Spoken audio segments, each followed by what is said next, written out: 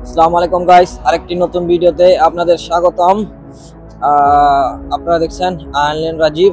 আজকে ছুটির দিন বের হইছি আয়ারল্যান্ডের আপনার স্ক্র্যাচের সাইডে, যেটা বেলফাস্টের ওইদিকে যাইতে পরে ওই জায়গায় যাওয়ার চেষ্টা করব এবং জায়গা সম্পর্কে কিছু এক্সপ্লেন করবো অ্যান্ড ঘুরে ঘুরে দেখার চেষ্টা করব।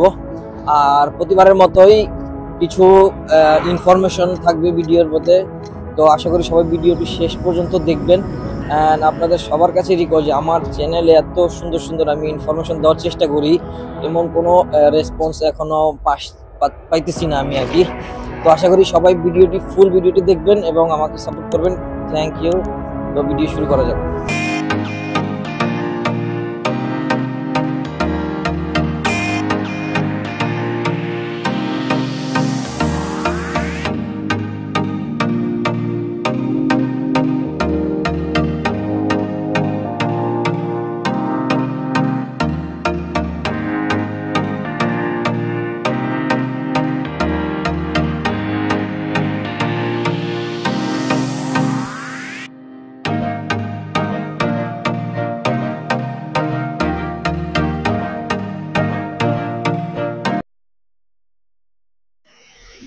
We are just waiting for the bus.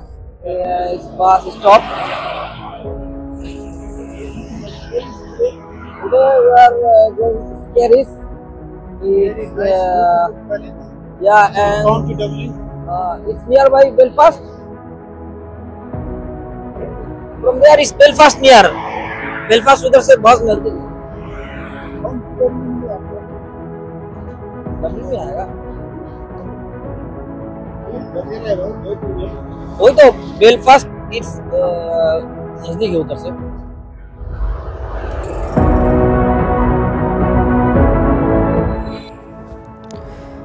বলতে বলতে বাসও চলে আসলো, আমরা উপরে চলে আসলাম বাসের ভিতরে এখন। তো আজকে কথা বলবো আয়ারল্যান্ডের স্কেরিশ, যেটা ডাবলিন কাউন্টির উত্তর উপকূলে অবস্থিত একটি ঐতিহাসিক শহর। এটি এক সময় ভাইকিংদের আক্রমণের শিকার হয়েছিল এবং পরবর্তীতে মধ্যযুগে একটি গুরুত্বপূর্ণ মৎস্য গ্রাম হিসেবে গড়ে ওঠে। স্কেরিশ নামটি এসেছে নর্স ভাষা থেকে, যার অর্থ ছোট্ট দ্বীপপুঞ্জ। 1316 সালের স্কটিশ রাজা রবার্ট দ্য ব্রুসের ভাই এডওয়ার্ড ব্রুস এখানে একটি যুদ্ধ পরিচালনা করেন। মধ্যযুগে এটি বেনিকটাইন মঠের নিয়ন্ত্রণে ছিল এবং এখানকার টাওয়ার হাউস ও ঐতিহাসিক মিলগুলো এর সমৃদ্ধ অতীতের সাক্ষ্য বহন করে। আজ স্কেরিশ একটি জনপ্রিয় পর্যটন কেন্দ্র হয়ে উঠেছে, যেখানে চমৎকার সৈকত, ঐতিহাসিক স্থাপত্য ও স্থানীয় সংস্কৃতির মিশ্রণ দেখা যায়। চলতে চলতে এখন কিছু প্রশ্নের উত্তর দিয়ে রাখি। অনেকে আমার ভিডিওতে কমেন্টস করেন বিভিন্নভাবে, আমি সবার কমেন্টস রিপ্লাই দেওয়ার চেষ্টা করি এবং ভিডিওর মাধ্যমেও কিছু উত্তর দেই। সেটা হলো, এক ভাই আমাকে প্রশ্ন করছে যে আমি আয়ারল্যান্ডে কি জেনারেল ওয়ার্ক পারমিটে আসছি না ক্রিটিক্যাল স্কিল ওয়ার্ক পারমিটে। তো আমি আয়ারল্যান্ডে জেনারেল ওয়ার্ক পারমিটে আসছি। আমি মিডল ইস্ট থেকে আসছি, এটা প্রায় অনেকেই জানেন। তারপর আরেক ভাই প্রশ্ন করেছিলেন, ভাই আপনি কি কোনো কলেজে পড়েন বা কোন কলেজে পড়েন একটু বলবেন। ভাই আমি তো কোনো কলেজে পড়ি না আয়ারল্যান্ডে, আমি তো যেটা বললামই ওয়ার্ক পারমিট আসছি, তো এখানে কাজ করতেছি। আর আরেক ভাই বলছে আয়ারল্যান্ডের জেনারেল ওয়ার্ক পারমিট ভিসা পেতে কতগুলি চাকরির আবেদন করতে হয়েছে। ভাই এটা নির্দিষ্টভাবে বলা খুবই ডিফিকাল্ট, কেননা একটা মানুষ হয়তো বা 10টা চাকরিতেও আপনার সাকসেস হইতে পারে, অনেকে 10,000 পরে গিয়েও সাকসেস হইতে পারে। এটা নির্দিষ্ট করে বলা খুবই ডিফিকাল্ট। এটা একমাত্র আপনার উপরে ডিপেন্ড করবে যে আপনি কতটুকু স্ট্রাগল করে ওই জবটা পেতে সময় ব্যয় করছেন বা ওনারা আপনার প্রতি কতটা সন্তুষ্ট হয়েছে। তো আশা করি বুঝতে পারছেন। তারপরে আরেক ভাই প্রশ্ন করছে যে Ireland giving a work permit or visa for non skill work, for example sales assistant, admin, store keeper, cleaner, ETC. তো যে ভাই প্রশ্ন করছেন যেটা নন স্কিল কোনো ওয়ার্ক পারমিট আয়ারল্যান্ড গভর্নমেন্টের থেকে দেয় না। ওনারা দুই ধরনের, যেটা বললাম দুই ধরনের ওয়ার্ক পারমিট হয়ে থাকে, দুটোটাই স্কিল ওয়ার্কারের জন্য। একটা জেনারেল ওয়ার্ক পারমিট স্কিল, একটা হচ্ছে ক্রিটিক্যাল স্কিল ওয়ার্ক পারমিট। তো দোনো ওয়ার্ক পারমিটের ক্ষেত্রেই আপনার স্কিল হওয়াটা খুবই জরুরি। আর আপনি যেটাতেই হন না কেন বা যেটার সাথে আপনার মিলে, সেই ক্ষেত্রে আপনার জন্য ওয়ার্ক পারমিটটা আবেদন করবে। তো আশা করি এই ভাইয়েরও উত্তর পেয়ে গেছে। তারপরে উনি আবার প্রশ্ন করছেন যে আয়ারল্যান্ডে how long it will take the work permit apply from Bangladesh. আপনি বাংলাদেশ থেকে বা যেই কোনো দেশে থেকে ওয়ার্ক পারমিটের জন্য আবেদন করেন না কেন আয়ারল্যান্ডের জন্য, সেই ক্ষেত্রে নর্মালি 4 to 6 উইক লাগার কথা। তাহলে আপনি যে বিশ্বের যেই কোনো জায়গা থেকে আবেদন করেন না কেন। আরেক ভাই প্রশ্ন করছেন যে বাংলাদেশ থেকে জেনারেল ওয়ার্ক পারমিটে কয় লক্ষ টাকা লাগবে আয়ারল্যান্ডে যেতে, আপনি একটা ভালো এজেন্সির নাম্বার দেন, আমি আয়ারল্যান্ডে যেতে চাই। আচ্ছা, যেই ভাই প্রশ্ন করছেন ভাই আমি কত লক্ষ টাকা লাগে এটা নির্দিষ্ট তো বলে সম্ভব না, কেননা আপনি যদি নিজে থেকে জব পান, চাকরি পান, সেক্ষেত্রে আপনি কেন টাকা দিবেন? যদি আপনি স্কিল ওয়ার্কার হয়ে থাকেন আপনি কেন পেমেন্ট করবেন? আপনি নিজে বিভিন্ন ওয়েবসাইট থেকে জব খুঁজেন, নিজে অ্যাপ্লাই করেন, কোম্পানি আপনাকে নিয়ে আসবে। আপনারা আরেকজনের উপর কেন নির্ভরশীল থাকেন? আর যেটা এজেন্সি, আমি নিজেই কোনো এজেন্সির মাধ্যমে আসি নাই, আর আমি কাউকে রেফারও করি না, এবং আমি এই সমস্ত ব্যাপারে জাস্ট ইনফরমেশন দেওয়ার চেষ্টা করি। আর আমি এই সব বিষয় নিয়ে কোনো কাজ করি না, যে কেউ বলেন বা আমার পরিচিত এজেন্সি বা আমি এই জব ম্যানেজ করে দেওয়া, এগুলো আমি এই নিয়ে কাজ করি না। আমি খুবই দুঃখিত এই ব্যাপারগুলো নিয়ে। ওকে, আশা করি বুঝতে পারছেন। Thank you.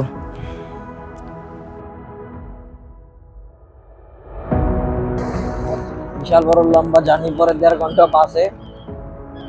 এই দেশের সূর্য সম্পর্কে একটা জিনিস বলি, যে এখানে সূর্যটা মনে হয় যে একটা লাইটিং আলো, খালি আলো দেয়, শরীরে লাগে না, তাপমাত্রা ফিলই হয় না।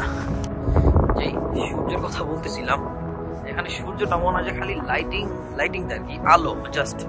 আমি দেখেন প্রথম মোটর জ্যাকেট, মাইনাসের জ্যাকেট লাগাইয়া এখানে হাঁটতেছি, আমার শরীরের ভিতর লাগে যে কাঁপতেছি এরকম।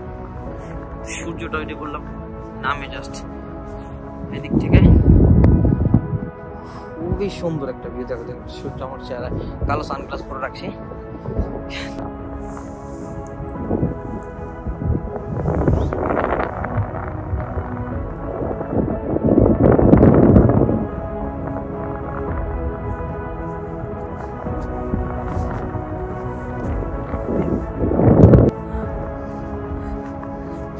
এখন নিচে থেকে উপরের দিকে যাবো, এখন একটু ওখান থেকে একটু ভালো।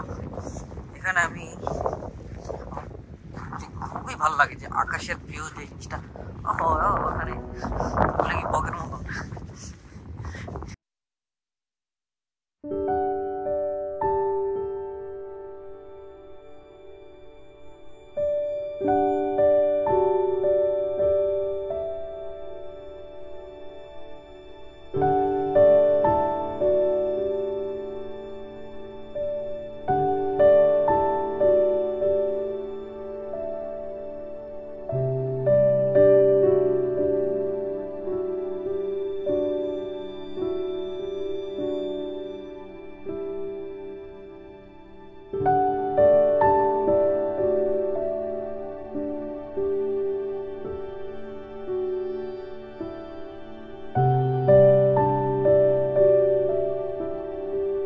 महादेव भाई कैसा लग रहा है इधर?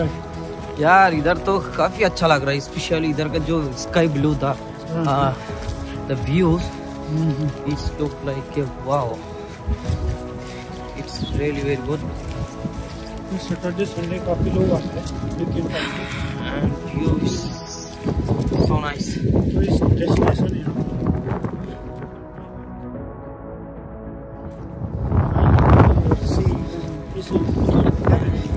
So from here is nearer London. Which side is the London? So I am not sure. Someone like that. Northern side, no? ये light, क्या बोलते हैं इसका? Sun. It look like a light only. right. Okay. काफी ठंडा लग रहा है यार.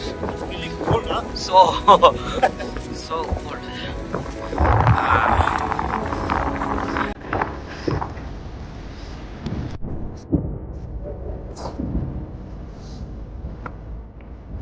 बात नहीं करेगा किसी के साथ?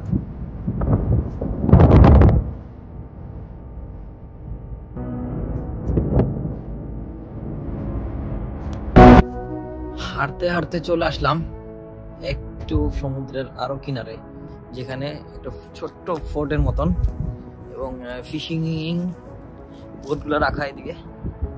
এই বোট দিয়ে আইরিশ যারা ফিশারম্যান এটা যদি বাংলায় বলতে যাই যেটা হচ্ছে জেলে তারা মাছ ধরতে যায় এই ফিশিং বোট দিয়ে।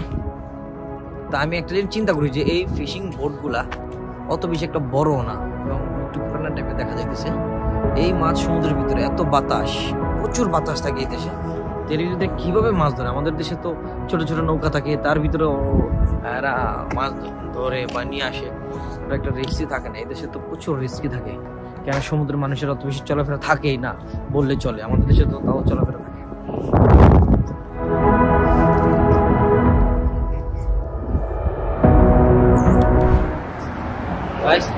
আজকে এই মাত্র বাস থেকে নামলাম, প্রচুর সময় লাগছে বাস থেকে, ওখান থেকে আসতে প্রায় 1.5 ঘন্টার মতো লেগে আসবে। তো এখন বাস থেকে নাইমা আমাদের বাসার কাছাকাছি চলে আসছি। তো আই হোপ আজকের ভিডিওটি আপনারা ভালো এনজয় করছেন এবং কিছু ইনফরমেশন যেগুলো পাইছেন। আর ভিডিওর লাইক করবেন, শেয়ার করবেন, সাবস্ক্রাইব করতে ভুলবেন না। আমাদের भाई हाँ तो अभी बोल दीजिए मेरा चैनल। हाँ राजीव भाई के चैनल को अधिक से अधिक सपोर्ट करिए, like and subscribe share all of us.